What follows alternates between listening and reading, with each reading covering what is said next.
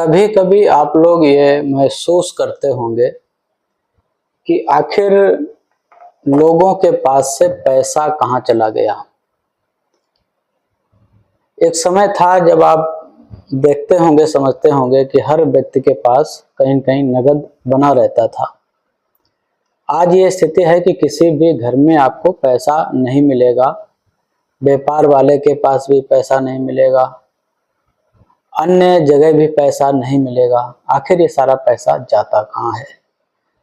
तो यहाँ पे हम दो तीन बातें हैं जिसका मैं जिक्र करूँगा।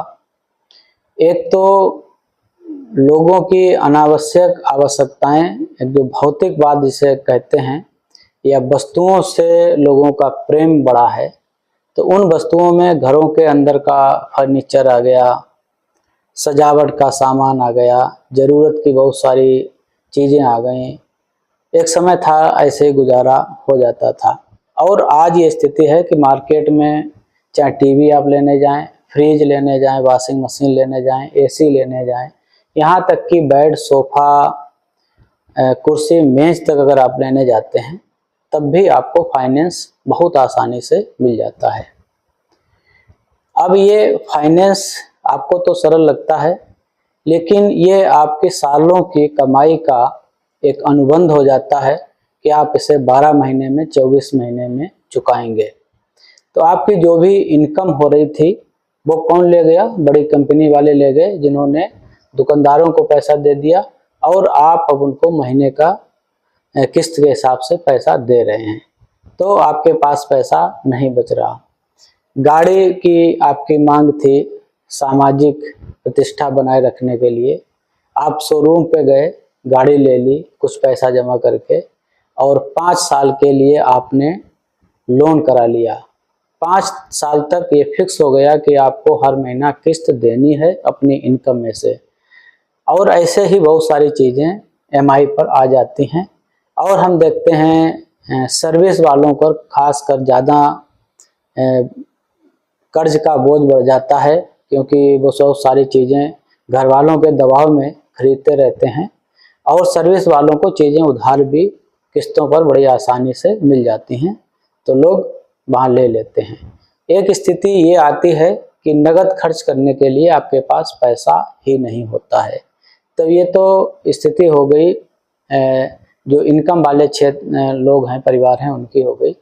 गांव में आप देखेंगे एक घर का मुखिया जो 400 रुपये रोज कमा रहा, वो 150 से 200 रुपये की रोज पी जाता है।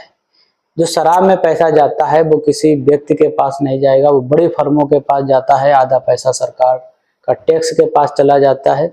घरों में आज जो मोबाइल हो गए हैं, हर घर में 2-2, 3-3 मोबाइल हैं, तो हर महीने 300-400 रुपये का रिचार्ज है। 1000 रुपये महीना ये चला जाता है जो आपके मार्केट में नहीं रहता है। गैस सिलेंडर हो गया, 1000 रुपये गैस में आपके चले जाते हैं। जो पेट्रोल और डीजल आप खर्च करते हैं वो भी पैसा बड़े लोगों के पास चला जाता है। तो जो पैसा नगद पहले रहता था, छोटे छोटे दुकानदारों के पास पैसा घूमा करता था, वो सारा पैसा आज गायब हो गया। लोगों ने EMI करवा ली, फाइनेंस करवा लिया, उसमें चुका रहे। गाड़ियां चला रहे, डीजल पेट्रोल का वो पैसा बाहर जा रहा, मोबाइल चला रहे, वो पैसा बाहर जा रहा। जब आप नया मोबाइल खरीद कर लाते हैं तो उसका पैसा सीधा किसी बड़ी कंपनी के पास जाता है, टैक्स का सरकार के पास जाता है, बीच में वो पैसा कहीं नहीं रुकता है। और अगर किसी देश का आर्थिक विकास अगर कोई चाहता है तो नगद पैसा जितना मार्केट में तैरेगा, जितना चलेगा, नगद मुद्रा का चलन जितना ज़्यादा होता है, उसकी क्रय शक्ति उतनी ज़्यादा बढ़ जाती है। 100 रुपये जो होते हैं नगद जब मार्केट में चलते रहते हैं, तो हो सकता है वो शाम तक 10,000 रुपये का काम भी करें, क्योंकि आपने 100 रुपये लिए किसी से, उसको वस्तु दे दी, आपने 100 रुपये दूसरे को दे दिए, उनसे कुछ वस्तु ले ली, अगले ने उसको दे दिया, तो इस तरह पैसा बराबर चलता रहता है। तो आज जो कठिनाइयाँ सामने आ रही हैं, मार्केट में नगद पैसा नहीं है, लोगों के घरों में नगद पैसा नहीं है, स्कूलों में चला गया, पेट्रोल डीजल में चला गया, मोबाइल में चला गया, EMI में चला गया, और कुछ ब्रांडेड चीज़ें जो लोग खरीदते हैं वो भी पैसा सारा खारा, मान लो जो भी आप पैसे का खर्च कर रहे हैं वो बीच में कहीं पैसा नहीं रुकता, वो सीधे बड़े लोगों के पास जाता है या वो सरकार के पास टैक्स के रूप में जाता है। तो डिजिटल लेन देन हो गया, नगद पैसा रहा नहीं।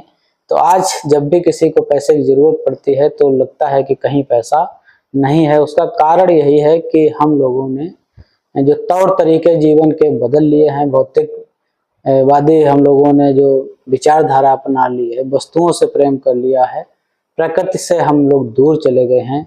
तो आज पैसे को ही लोगों ने भगवान मान लिया है और पैसा अपनी जो भी इनकम है उसको खर्च करके हम घरों में सामान ले आते हैं जो बाद में किसी काम का नहीं रहता है। तो पैसे की महत्व तब होता है जब आपको बीमारी के समय या आकस्मिक व्यय की जरूरत आपको पड़ती है, तब आपको लगता है कि मेरे पास नगद पैसा होना चाहिए। नगद पैसे का अपना महत्व होता है। जो गैर जरूरी वस्तुएं होती हैं या ऐसी ज़रूरतें हैं जिनके बगैर भी काम चल जाता है, तो उनको हमेशा टालने की कोशिश करें।